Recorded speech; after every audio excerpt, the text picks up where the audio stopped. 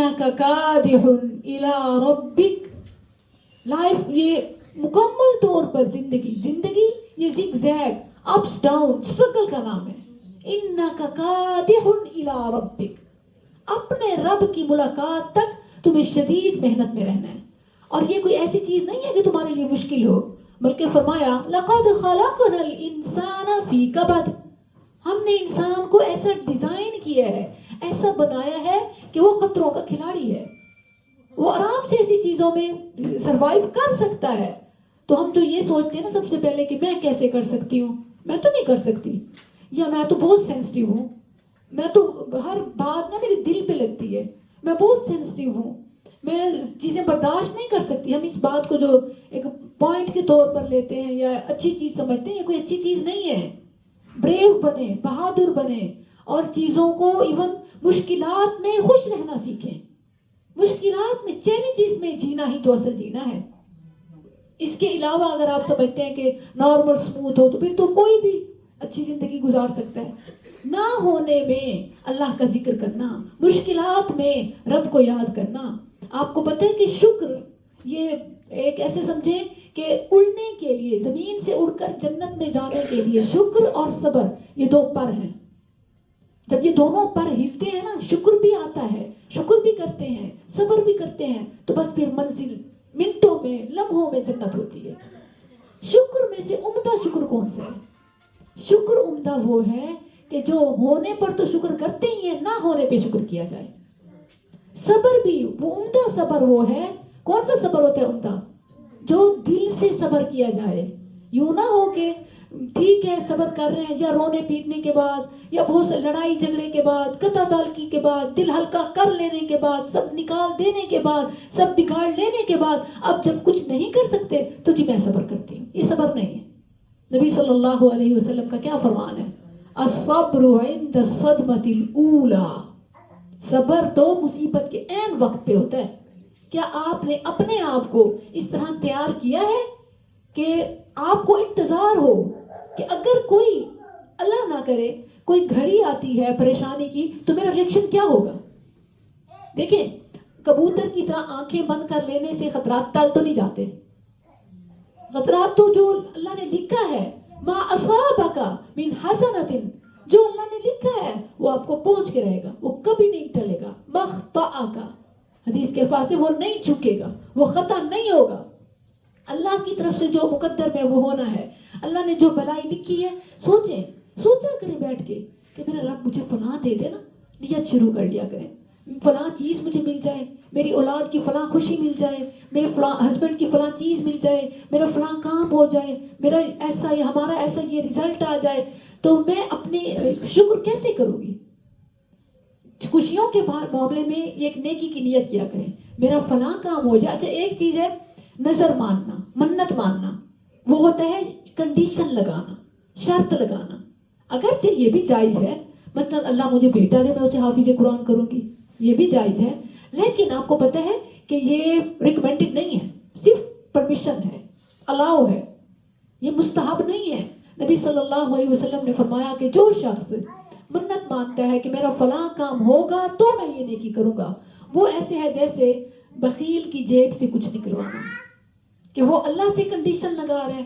حالانکہ ہمیں معلوم ہے کہ ہم جب کوئی نیکی کا کام کریں گے تو اس سے ایون جو چیلنجز ہوں گے, جو ڈیفیکلٹیز ہوں گی, جو پرابلمز ہوں گے, وہ ہٹ جائیں گے اور وہ کام آسانی سے ہو جائے گا. تو منت ماننے کے بجائے, نظر ماننے کے بجائے ایڈوانس میں نیکی کریں. دل میں خیال آیا منت کا کہ میرا فلاں کام ہو جائے نا, تو جو نیکی کر سکتے ہیں کر ڈالیں, جو صدقہ کر سکتے ہیں ایڈوانس, اس سے کیا ہوگا, نیکی چل کے آپ کے پاس آئے گی, آپ کے لیے نیکی آسان ہو جائے گی. اگرچہ منت نظر وہ سبحان اللہ, جیسے آج کا ہمارا ٹاپک ہے کہ وہ مثالی خواتین, وہ خواتین جو قابل عزت ہیں, ان میں ایک خاتون کون سی آتی ہے؟ آسیہ, مریم, خدیجہ, عائشہ, فاطمہ, اور وہ امہات تو ساری آ گئی, جن کا نا جو ان میں سے امہات المؤمنین اور اسی طرح ازواج مطہرات, صحابیات, مسلمات, ان کے علاوہ جو ان کا ٹاپ ہے, جن کا اللہ نے قرآن میں تذکرہ کیا, مریم، آسیہ، خدیجہ، ایک رہ رہی ہیں وہ تو دیکھیے یہ میں کہہ چکی ہوں کہ عائشہ، آیات ان کے متعلق ہیں، آیات سورۃ النور کی ابتدائی آیات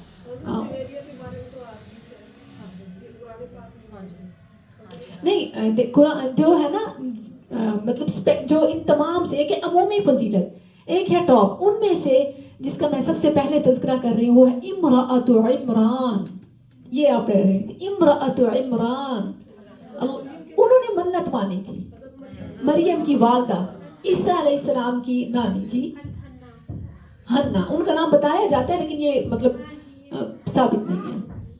امرأۃ جو قرآن میں یہ میں یہاں آپ کرنا آپ کو قرآن اسٹوڈنٹس کو میں اس بات پر ہمیشہ زور دیتی ہوں، تفاسیر میں اسرائیلی روایات اور اس طرح نقل شدہ بہت ساری ایسی چیزیں مینشن کر دی جاتی ہیں جو قرآن و حدیث میں مینشن نہیں ہوتی. تو تفسیر اسٹوڈنٹ کو، قرآن اسٹوڈنٹ کو یہ بات یاد رکھنی چاہیے. دیکھیں اگر ان کی تعیین میں مینشن کرنے میں کوئی بھی بھلائی علمی عملی بات ہوتی نا، اللہ عز و جل ضرور بیان کر دیتا. اللہ نے بیان نہیں کی، ہمیں ادھر جانے کی ضرورت ہی نہیں ہے. ہمیں انہیں ویسے ہی بلانا چاہیے جیسے قرآن نے جو انہیں نام دیا، جو پہچان دی. قرآن نے کیا پہچان دی؟ امرأۃ عمران. اسی طرح یوسف، سورہ یوسف میں وہ جو عزیز مصر ہے اس کے قصے میں نام آتا ہے. کس کا نام آتا ہے؟ زلیخا. حالانکہ نہ قرآن میں کہیں ہے نہ حدیث میں کہیں ہے. اچھا اسی طرح سورۃ النمل میں ایک نام آتا ہے، کس کا آتا ہے؟ بلقیس. حالانکہ نہ قرآن میں ہے نہ حدیث میں ہے. ہاں کہنا چاہیے ملکہ سبا، ملکہ سبا، کیونکہ وہ آیا ہے نا کہ من سبأ بنبأ یقین، لفظ سبا آیا ہے. انی وجدت امرأة تملکهم وأوتیت من کل شیء ولها عرش عظیم.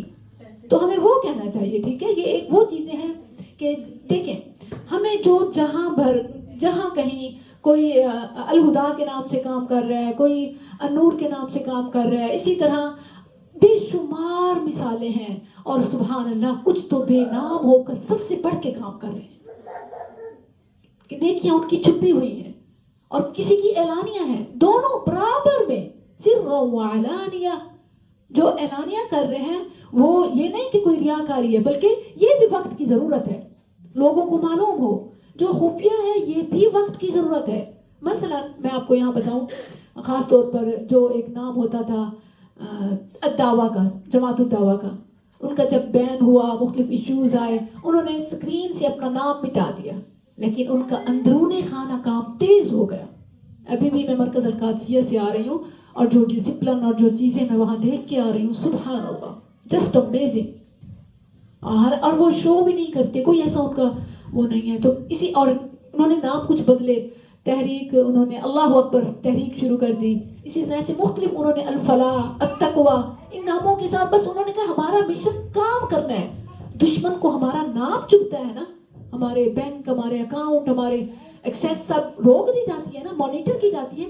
ہمیں غرض ہے، انہوں نے اپنی ٹیم کو، اپنے لوگوں کو، جوائن کرنے والوں کو سب کو اتنا کہ ہمارا کام تیز ہو جائے. ہمارے دلوں پر تو ان کا راج نہیں ہے نا، ہمارے دلوں میں ارادے، ہمارا عزم یہ زیادہ اسٹرانگ ہو جائے. تو یہ ہے کہ ہمارا اعلانیہ کام کے ساتھ اعلانیہ بھی وقت کی ضرورت ہے. کوئی یہ نہ سمجھے کہ جی یہ تو کیمرہ پکڑے ہوئے ہیں، نیکی ضائع ہو گئی. بھئی کیمرہ کیا صرف گناہ کرنے کے لیے ہے؟ کیا نیکی کر فیس بک پہ ڈال، کیا برائی فیس بک پہ ڈالنا یہ ٹھیک ہے؟ یہ ایک ایسی چیز ہے کہ لوگوں کو وہ اسلاموفوبیا، دین سے دور کرنے کے لیے اور نیکوکاروں کا کوئی بھی عمل غلط منظر کر کے پیش کرنے کے لیے اس طرح ایک وسوسہ ڈالا جاتا ہے. تو پہلی چیز یہ کہ ہم نے وہ نکات جو قرآن میں بیان کیے گئے ہیں، وہ نکات جو احادیث میں بیان کیے گئے، صرف ان متفقہ اصولوں پر ان کو بنیاد بناتے ہوئے ہم سب نے مل کر ایک مشن کے تحت کام کرنا ہے. اور وہ ماشاءاللہ مشن جو ہو کہ خاتون کی خود مختاری کا اور آگاہی کا، یہ بڑا بے مثال ہے. خواتین کو معاشرے میں اگنور کرنا، یہ کسی بھی قوم کو اندھا کرنا، مفلوج کرنا ہے. کیونکہ پوری دنیا میں ایوریج، اور بلکہ ایوریج سے بھی زیادہ، سم ٹائم تو 60% اور اس سے بھی زیادہ چلی جاتی ہے مردوں اور عورتوں کا جو پرسنٹیج ہے. ورنہ 50% تو ایک رہی ہے نا اسکیل پہ کہ 50% خواتین ہیں. اب اگر اس 50% کو ہی آگاہی نہ دی جائے، ان کے جائز حقوق نہ دیے جائیں، تو وہ قوم کیسے ترقی کر سکے گی؟ اور بعض لوگ تو کہتے ہیں کہ حکومت نہیں کر سکتی. بالکل ایسے ہے، حکومت نہیں کر سکتی، لیکن یاد رکھیں حکماء یعنی حاکموں کو بھی اس عورت سے مشورے کی ضرورت ہمیشہ رہی ہے. نبی نہیں بن سکتی، لیکن نبیوں کو یہ بچانے والی، ریز کرنے والی، پیدا کرنے والی، پالنے والی تو ہے. یہ کیا کم شان ہے. سبحان اللہ. اسی طرح ان خواتین میں جو ایک تذکرہ آتا ہے، وہ آتا ہے امرأۃ فرعون. کیسی وہ عورت تھی، اللہ اکبر، کیسی وہ عورت ہے. میں کہتی ہوں اس ایک عورت کی آج وہ محبت، وہ قربانی ہم اپنی سگی اولاد کے لیے بھی نہیں رکھتے دل میں، جو اس نے غیر اور دشمن قبیلہ بنی اسرائیل اور قبطی، یہ دو اپوزٹ قومیں تھیں، مخالف قومیں تھیں. بنی اسرائیل اور قوم فرعون یہ ایک دوسرے کے آمنے سامنے تھی. اس نے دشمن قوم کا جو بچہ دیکھا فوراً کہنے لگی قرۃ عین لی ولک، پال لو نا اسے، قرۃ عین لی ولک لا تقتلوا. کتنے لوگ ابھی لیکن جمع کا سی گئے، کتنے لوگ مارنے کے لیے تلے تھے، فرعون کے بس ایک اشارے کے منتظر تھے. آگے بڑھ کے کہتی ہے لا تقتلوا، سب کو کہہ رہی ہے، جمع کا سی گئے، لا تقتل نہیں کہتی، پھر فرعون کو نہیں کہہ رہی، سب کو روک رہی ہے اس کو بچانے کے لیے. کیا ہم بھی روڈ پہ پڑے کسی کا، گلی میں بیٹھے کسی کا، روتے بچوں کا، بھوکے بچوں کا، ننگے بچوں کا، گھر میں آنے والے کام کاج کے میڈ کے ساتھ آنے والے بچوں کا یوں درد رکھتے ہیں؟ قرۃ عین لی ولک. اللہ کی قسم واللہ اگر ہم غیروں کے بچوں کے لیے یہ درد پالنا شروع کر دیں نا، جو اپنے لیے پسند کرتے ہیں اپنے بچوں کے لیے، وہی میڈ کے بچوں کے لیے بھی پسند کرنا شروع کرتے ہیں نا، یہ ہمارے لیے صدقہ جاریہ بنتا ہے. یہ ہماری بہت بڑی غلط فہمی ہے، بہت بڑی غلط فہمی ہے. ہم یہ سمجھتی ہیں کہ یہ ہماری نسل، یہ ہماری دنیا میں نام، ہم مر جائیں گے، ہماری نسلیں ہمارے نام زندہ رکھیں گی، یا ہمارا آخرت میں شان ہوگی. بھول جائیں، جسمانی اولاد حقیقی اولاد نہیں ہوتی، صرف اس صورت میں ہوگی جب وہ بھی روح کے رشتے میں ایمان کے معیار میں پوری اترے. وگرنہ نوح علیہ السلام کو بھی اللہ عز و جل نے فرما دیا تھا یا نوح انہ لیس من اہلک. تو نے کیا سمجھ لیا میرا بیٹا ہے؟ انہ لیس من اہلک انہ عمل غیر صالح فلا تسألنی ما لیس لک به علم انی اعظک ان تکون من الجاہلین. تو ہم یہ جو سمجھتے ہیں نا کہ میرا بیٹا میرا صدقہ جاریہ بنے گا، ضروری نہیں ہے بیٹا بنے، بیٹی بھی بن سکتی ہے، اور ضروری نہیں ہے اولاد بنے. بیٹی بیٹا کی بھی تفریق چھوڑیں، کوئی غیر بھی آپ کی اولاد بن سکتی ہے. روحانی اولاد آپ کی حقیقی اولاد ہے، پھر خواہ وہ جسمانی ہو، وہ تو کیا ہی کہنے. اللہ عز و جل ہماری جسمانی اولادوں کو ہماری حقیقی اولاد بنائے. یقیناً وہ ہمارے جگر کے ٹکڑے ہیں. جب وہ موبائل کی ایڈکشن میں، انٹرنیٹ پر، اور اسی طرح شہوت کے فتنوں میں، اور اسی طرح کوئی کبھی گرل فرینڈ بوائے فرینڈ، یا اسی طرح کبھی ڈرگز، اور کبھی ایسی بیڈ کمپنی، بری صحبت، بری دوستی، ان چیزوں میں مبتلا ہوتے ہیں، کوئی پتھر سے پتھر دل بیمہ ایسی نہیں ہوتی جو اس وقت پگھل نہ جائے. ساری شرائط، میں بہت اپنے رولز میں ٹف ہوتی تھی، اور ہسبینڈ کو میں نے بہت ٹف ٹائم بھی لیا ہو، لیکن جب میرے بچے بڑے ہونا شروع ہوئے، خاص طور پر بیٹے ہیں، تو میں بچ سی گئی. مطلب میں نے سارے اپنے اصول، سارے ضابطے توڑ دیے. بس میرا ایک کنسرن ہوتا ہے، بچے میرے کنٹرول سے باہر ہو رہے ہیں، آپ مجھے کچھ نہ دیں، بچوں کو نگرانی کریں، بچوں کو وقت دیں. کیونکہ وہ ماشاءاللہ 16 سال 14 سال، اب تو وہ میری بات کو اہمیت نہیں دیتے. ہاں، باپ کی بات کو اگنور نہیں کر سکتے. تو مجھے اس معاملے میں شدید تعاون چاہیے ہوتا ہے. وہ پہلے ہر معاملے میں چاہتی تھی کہ نہیں دیکھیں میں آپ کے لیے یہ کرتی ہوں، آپ میرے لیے بھی یہ کریں. رشتے ایسے ہوتے ہیں. لیکن جب بچوں کو دیکھا کہ اب میں تو ان کے لیے کچھ نہیں کر سکتی جب تک ان کے بابا کی شمولیت نہ ہو، مجھے یہ بات اچھی طرح سمجھ آ گئی کہ اللہ کبھی بھی صرف ایک مرد کو یا صرف ایک عورت کو اولاد نہیں دیتا. جب مرد اور عورت کا ملاپ ہوتا ہے، یعنی بچوں کو پالنے کے لیے 4 کندھے چاہیے ہوتے ہیں، 2 کندھوں سے کام نہیں بنتا. یہ جو ہم نے ڈال دیا نا کہ ماں کا کام ہے اور خرچہ دے دیا. ایک ساس کو میں نے کہا کہ دیکھیں آپ کا بچہ اس طرح کر رہا ہے اور بچے جو ہیں اس طرح خراب ہو رہے ہیں، تو آپ ان کو سمجھائیں. کہنے لگی کتنا تو خرچہ دیتا ہے اور کیا کرے. ہے ایسی سوچ پہ. خرچوں سے بچے پلتے ہیں؟ خرچوں سے بچے نہیں پلتے. بچے تو توجہ سے، وقت سے، باپ کی دولت سے زیادہ باپ کا وقت چاہیے بچوں کو. کہاں سے ملاؤں ڈھونڈ کیسے پاپا کو. نایاب ہو گئے, گم ہو گئے. ان کے اپنے بلکہ بچوں کو خود گیجٹس لا کے دیتے ہیں تاکہ وہ بچے یہ کنسرن نہ کرے باپ کہاں ہے, یا ہمارا وہ ہمیں وقت کی ڈیمانڈ نہ کرے. بچوں کو خود مصروف کرتے ہیں. ہمارے بچے جو آج موبائل چھوڑتے نہیں ہیں, جو آج اپنی خواہشات چھوڑتے نہیں ہیں, واللہ وہ کبھی بھی یہ نہیں چاہتے تھے. یہ ان کی چوائس نہیں ہے, ہم نے انہیں خود لا کے دیا. یہ دیکھو, میں آپ کو سچ بتاؤں, اللہ عز و جل دعا کیجیے گا. میرا بیٹا ایک عبدالعزیز ہے, 8 سال کی عمر میں حافظ قرآن ہوا. اللہ عز و جل اسے ہدایت پہ چلائے, استقامت نصیب فرمائے. اللہ عز و جل آپ سب کے بچوں کو چن لے. مرکز قادسیہ کا بھی آج میں نے اسی کے لیے وزٹ کیا تھا.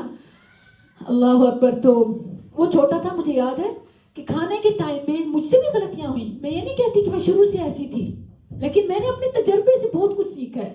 اور میں اپنے رب کا شکر ادا کرتی ہوں اس بات پہ کہ اللہ تو نے زندگی میں یوں نہیں کیا کہ ایک چانس دیا ہو. تو کتنا کریم ہے, کتنا رحیم ہے, تو نے ہمیں کتنے چانس دیے. مثلا اگر آپ اولاد کی تربیت میں فیل ہو چکی ہیں, اللہ پوتوں کی شکل میں, اللہ دوسری نسل کی شکل میں آپ کو ایک اور موقع دیتا ہے. کتنا کرم ہے اس کا, کتنا رحم ہے اس کا. لیکن ہم اس وقت نا دنیا کے دھوکے میں آ جاتے ہیں. ہمیں کیوں, میں پیمپر سے فیڈر سے فارغ ہوئی ہوں, اب بہو کے بھی شروع کر دوں. مجھ سے نہیں ہوتی ہے. بہت بڑی غلطی ہے, بہت بڑی غلطی. اللہ اکبر, نہ کیجیے گا ایسے کبھی بھی. بڑا بیٹا, میں اس کے لیے یہی سوچتی ہوں, ماشاءاللہ 2-3 سال میں اس کی شادی ہو جائے گی, تو میں انشاءاللہ جلدی کروں گی. تو میں یہی سوچتی ہوں, میں کہتی ہوں جو نیکیاں, جو کام میں اس کے اندر نہیں لا سکی نا, اب میں اس کی نسلوں کو اپنا بناؤں گی, ان کو نیکی پہ چلاؤں گی. مجھے اور کچھ نہیں چاہیے. مجھے یہ چاہیے کہ بہو بچوں کی تربیت میں مجھے منع نہ کرے. یہ حق مجھ سے نہ چھینے بس. کیونکہ میں نے جو سیکھا, میں نے غلطیاں کی. مثلا میں نے کیا غلطیاں کی, بچوں کو کھانا کھلاتے ہوئے موبائل دے دیتی تھی. نیو مدرس کو پتہ نہیں ہوتا نا, بچہ موبائل پہ جلدی کھا لیتا ہے نا, تو میں موبائل دے دیتی تھی. میرا وہ جو عبدالعزیز میں بتا رہی تھی, جب میں اس کو موبائل دیتی تھی نا, وہ پیچھے پھینکتا تھا. اللہ وہ اس کے اندر خاص طور پر اللہ کی طرف سے ایک نیکی کا, فطرت میں خاص اللہ کی ودیعت تھی. اور بچپن میں ہی وہ مختلف آیات یاد کر لیتا تھا, اور 8 سال کی عمر میں اس نے حفظ کیا. تو اب میں نے دیکھا, میں یہ چیز بڑی مجھے ایک دل پہ لگی کہ بچے تو ہمارے چاہتے ہی نہیں ہیں, ہم خود موبائل ان کے آگے کرتے ہیں. یہ میں نے کیا کیا, بچوں کو موبائل پہ کھانا کھلاتی رہی. بچے تو نہیں کہتے تھے, وہ ہٹا دیتا تھا. اگر کبھی کوئی کارٹون دیکھ رہے ہیں, وہ کوئی اچھے کارٹون دیکھ رہے ہیں, بچے سارے بیٹھ کے سب دیکھ رہے ہیں, اس کو وہاں لا کے بٹھا دو, وہ رونے لگ جاتا تھا, بور ہوتا تھا, ادھر دیکھتا, اس کو نہیں اچھا لگ رہا. اللہ اکبر. ایسے ہی ہمارے بچے ہوتے ہیں. نبی صلی اللہ علیہ وسلم نے فرمایا, کل مولود یولد علی الفطرہ فابواہ یہودانہ وینصرانہ او یمجسانہ. ہمیں تجربات سے سمجھ آتا ہے. ہمارے پیارے نبی صلی اللہ علیہ وسلم مربی اعظم نے سب سے پہلے سمجھا دیا, ہر بچہ فطرت اسلام پہ پیدا ہوتا ہے. ہر بچہ پیدائشی مسلمان ہوتا ہے, اپنے رب کی تلاش میں ہوتا ہے. رب نے اپنا راستہ بتانے کے لیے اس کو مختلف چیزیں, قرآنی آیات, کونی آیات اللہ نے دکھا دی, بتا دی. آج بھی سائنس کہتی ہے کہ اگر یہ جو مذہب کا ایک کنفلکٹ آ رہا ہوتا ہے, تضاد آ رہا ہوتا ہے, لوگ مذہب کے نام پر جنگیں کر رہے ہیں, یہودیت, اسلام, ایک طرف اسلاموفوبیا, ایک طرف یہودیوں کا خلاف, آج کل جیسے غزہ کا جو معاملہ ہے, فلسطین کا جو معاملہ ہے, تو بہت ٹف ٹائم ملا ہوا ہے یہودیوں کو. انہیں اپنی نام, اپنا پہچان خطرے میں نظر آ رہا ہے. تو اس ساری صورتحال میں اگر کسی ایک بچے کو جنگل میں چھوڑ دیا جائے نا, وہ اپنے خالق کو ہی, وہ جان لے گا کہ اللہ ہے. وہ اللہ کی عبادت, بے شک اس کو طریقہ صحیح نہ آئے, لیکن وہ کسی غیر کی طرف نہیں جائے گا. کل مولود یولد علی الفطرہ فابواہ یہودانہ وینصرانہ ویمجسانہ. تو ہم نے کم از کم اس فطرت کو مسخ نہ کریں, فطرت کو سنبھالنے والیاں بن جائیں. سورۃ القصص میں اللہ عز و جل نے 4 خواتین کا ذکر کیا ہے. سورۃ القصص میں پہلی ام موسیٰ, کیا صبر والی, ہمت والی خاتون ہے. آج ہم صبح بچے کو نماز سے ان کے وقت اٹھانے کے لیے ہمیں بیچارہ بچہ اور کیا کیا یاد آ جاتا ہے. اس ماں کو دیکھیں, چھوٹے سے بچے کو جب اللہ نے حکم دیا, وَأَوْحَيْنَا إِلَىٰ أُمِّ مُوسَىٰ أَنْ أَرْضِعِيهِ فَإِذَا خِفْتِ عَلَيْهِ فَأَلْقِيهِ فِي اليم ولا تخافي ولا تحزني إنا رادوه إليك وجاعلوه من المرسلين. کیا حکم دیا تھا اللہ نے؟ وحی کی ہم نے.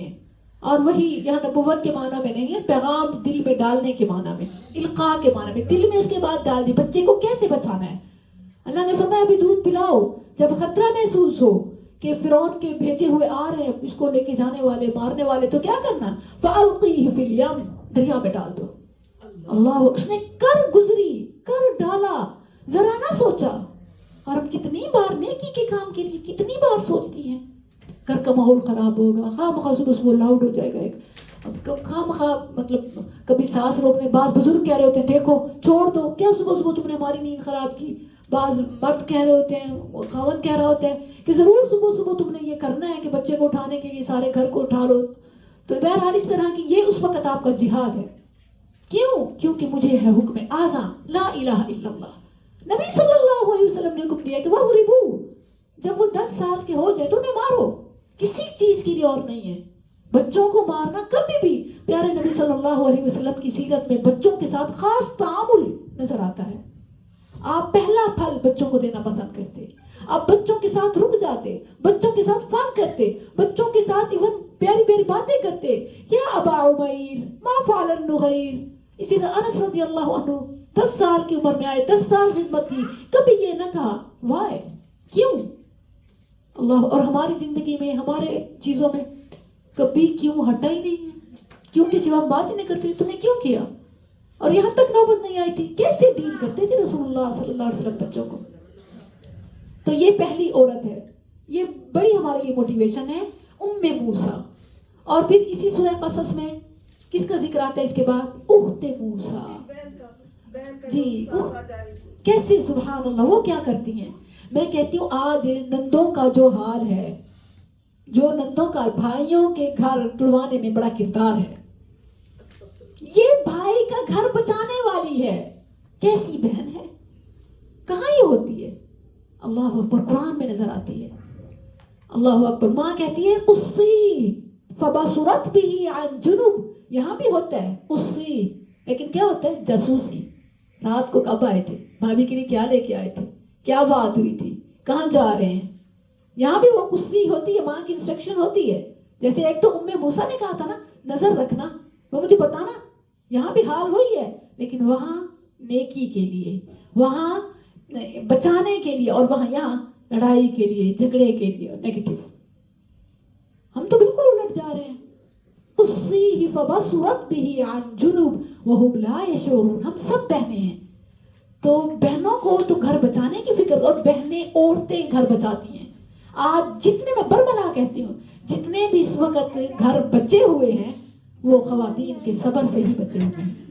اللہ کی رحمت و فضل کے بعد گھروں کے بچانے میں عورتوں کو بڑا صبر ہے. بس اس صبر کی ڈائریکشن سے ہی کرتے ہیں. اور وہ کیسے ہوگی؟ قرآن پڑھنے سے. قرآن میں اپنے آپ کو ڈھونڈیں.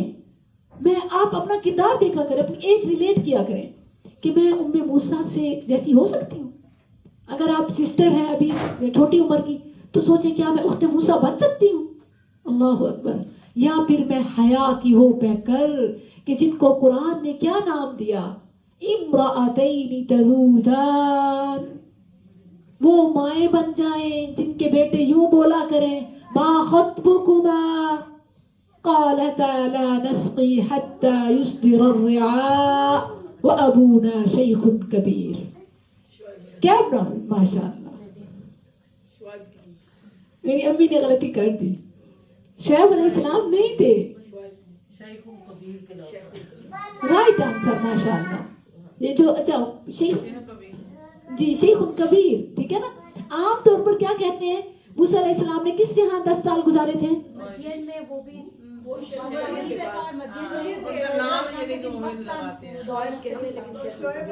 ہماری ابھی تو کلاس ختم ہوئی ہے، مدین سے گئے تھے نا، مدین پہنچے تھے نا، وہاں سے وہ قتل ہو گیا. ایسے ہی ہمیں یہ اسی میں آ رہا ہے. اور میں تو یہ کئی بار ذکر آتا ہے تو ہر بار یہ بات کلیئر کرتی ہوں. اچھا بات یوں ہے کہ شعیب علیہ السلام بھی مدین بھیجے گئے. وَإِلَى مَدْيَنَ أَخَاهُمْ شُعَيْبًا, شعیب علیہ السلام بھی مدین آئے. موسیٰ علیہ السلام بھی مدین آئے. تو اس بنا پر لوگوں نے کیا اخذ کر لیا, کیا نقل کر دیا, زبان زد عام ہو گیا, مشہور کر دیا تقریباً تراجم میں, سوائے حافظ عبدالسلام بھٹوی رحمہ اللہ, ان کے باقی تقریباً نے یہاں شعیب علیہ السلام لکھ ڈالا, انہوں نے سنا لکھ ڈالا.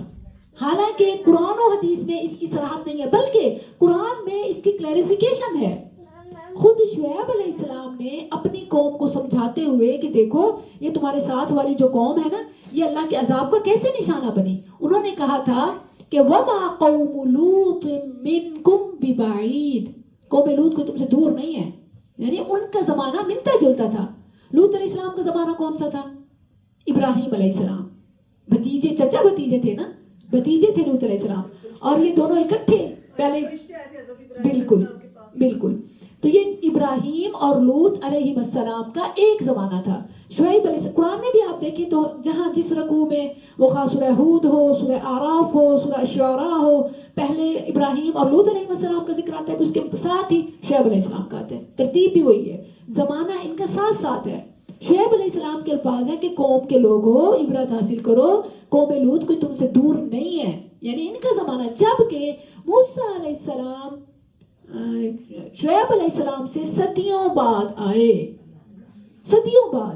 بس ایک چیز ہے کہ وہ بھی اسی جگہ تھے جہاں, اسی جگہ آئے جہاں شعیب علیہ السلام آئے تھے. لیکن یہاں ان کی ملاقات قرآن نے دیکھا شعیب علیہ السلام نہیں فرمایا, یا قرآن نے ان کا کوئی نبی یا رسول کا ذکر نہیں کیا. تم اپنی طرف سے اخذ نہیں کر سکتے. ہاں البتہ ہمیں وہی لفظ استعمال کرنا چاہیے جو قرآن میں آیا, اور وہ لفظ ہے شیخ کبیر. وَأَبُونَا شَيْخٌ کبیر. ایسی حیا کی پیکر بن جائیں. آج یاد رکھیں, ہم کہتے ہیں اگر میں پردہ نہیں کرتی یا اگر میں بن ٹھن کے باہر نکلتی ہوں تو میرا جسم میری مرضی. مطلب کوئی کیوں مجھے کہہ سکتا, میں جو پہنوں. اور پھر کہتے ہیں کہ اپنی آنکھوں کا, اپنی تمہاری آنکھیں گندی ہیں, تمہاری سوچ غلط ہے. اللہ اکبر, تمہاری آنکھیں غلط ہے, تمہاری شرم تو حیا تو آنکھوں میں ہوتا ہے. اب میں اپنے جسم پہ کچھ پہن رہی ہوں اور تم غلط دیکھ لیجیے تو ہریسمنٹ ہے. اور دوسری طرف وہ قرآن نے جو ان کی دیکھیں, اس معاملے میں نا بڑا زور لگتا ہے اپنے آپ کو روکنا. وہ خواتین جو بن ٹھن کے نکلتی ہیں اور کہتی ہیں کہ یہ میری باڈی ہے, میری مرضی ہے, وہ یاد رکھیں وہ اپنے اوپر تو جو گناہ لے رہی ہیں سو لے رہی ہیں. وہ یہ ڈاکو ہیں, یہ خائن ہیں, یہ ڈاکو ہیں, یہ ان کا حق غصب کر رہی ہیں جو گھروں میں بیٹھی عفت سے عصمت سے بچوں کی تربیت کر رہی ہیں. مثلا ایک بڑی ہی قناعت پسند اور سادہ مزاج, عبادت گزار, گھر اور بچوں میں ٹائم گزارنے والی جو عورت ہے نا, وہ اپنے حال حلیہ تھوڑا سا اگنور ہو جاتا ہے. یہاں بھی میں آپ کو بتاؤں گی کہ نہیں ہونا چاہیے, کیسے نہیں ہونا چاہیے. لیکن ایک بازاری عورت, ایک گھر والی عورت میں یقیناً فرق ہوتا ہے. بازاری عورت کا تو کام ہی سجنا سنورنا ہے, اور اس کے لیے سجنا سنورنا یہ ثانوی ہے, بنیادی نہیں ہے. اب بازاری عورت کیا کرتی ہے, یہ کہتی ہے, کہنے کو تو کہتی ہے کہ میرا جسم میری مرضی, لیکن کرتی کیا ہے, وہ گھر میں بیٹھی خاتون کے حق پہ ڈاکہ ڈالتی ہے. جب اس کا مرد باہر نکلتا ہے, جب اس کا خاوند باہر نکلتا ہے, اس کو اٹریکٹ کرتی ہے, یوں وہ اس کے گھر میں گھستی ہے. اللہ اکبر. اور اس بیچاری کو پتہ ہی نہیں ہوتا. یا اگر کبھی وہ بچوں کو جلدی سلا کے یا تیار بھی ہو جائے تو وہ دن بھر میں اپنی آنکھوں کی پیاس بجھا کے آتا ہے. اور پھر کیا ہوتا ہے, اور وہ کہتی ہے کہ میں نے کیا کیا, میں نے کچھ نہیں کیا. اس کے دامن پہ جو لگے ہیں داغ, تم اسے کیا کہتے ہو؟ شاعر کہتا ہے کہ ہاتھوں پہ لگے خون کو تم رنگے ہنا کہتے ہو, ہاتھوں پہ لگے خون کو تم رنگے ہنا کہتے ہو. یہ جو دامن پہ لگ چکے ہیں داغ, پھر انہیں کیا کہتے ہو؟ یہ جو باطن کے اندر ہے, تم اسے کیا کہتے ہو؟ اور انہیں بھی پتا ہوتا ہے کہ سب کام چوری چھپے ڈکے چھپے کیوں ہو رہے ہوتے ہیں. دال میں کچھ کالا تو ہے نا. اپنے گھر والوں سے کیوں چھپاتے ہیں, نمبرز ڈیلیٹ کیوں کرتے ہیں, کوڈ ورڈ میں سیو کیوں کرتے ہیں, یہ سب تو ہے نا. تبھی تو کچھ تو ہے جو یوں اس کا خیال رکھا جا رہا ہے. تو اللہ اکبر, اپنے آپ صرف آپ کی عبادات آپ کی ذات کی حد تک نہیں ہونی چاہیے, بلکہ اس میں ایک مسلمان کی حد تک, ایک انسان کی حد تک جائیں. المسلم من سلم المسلمون بلسانه ویده. آپ نے اسلام کو صرف ایک مذہب سمجھا ہے. اسلام, مسلمان بلکہ اصل میں مسلمان یہ سلامتی سے ہے، اور مسلمان کہلانے کا حقدار وہ ہے کہ جس کی زبان سے، جس کے ہاتھ سے، جس کے اثرات سے دوسرا محفوظ ہو۔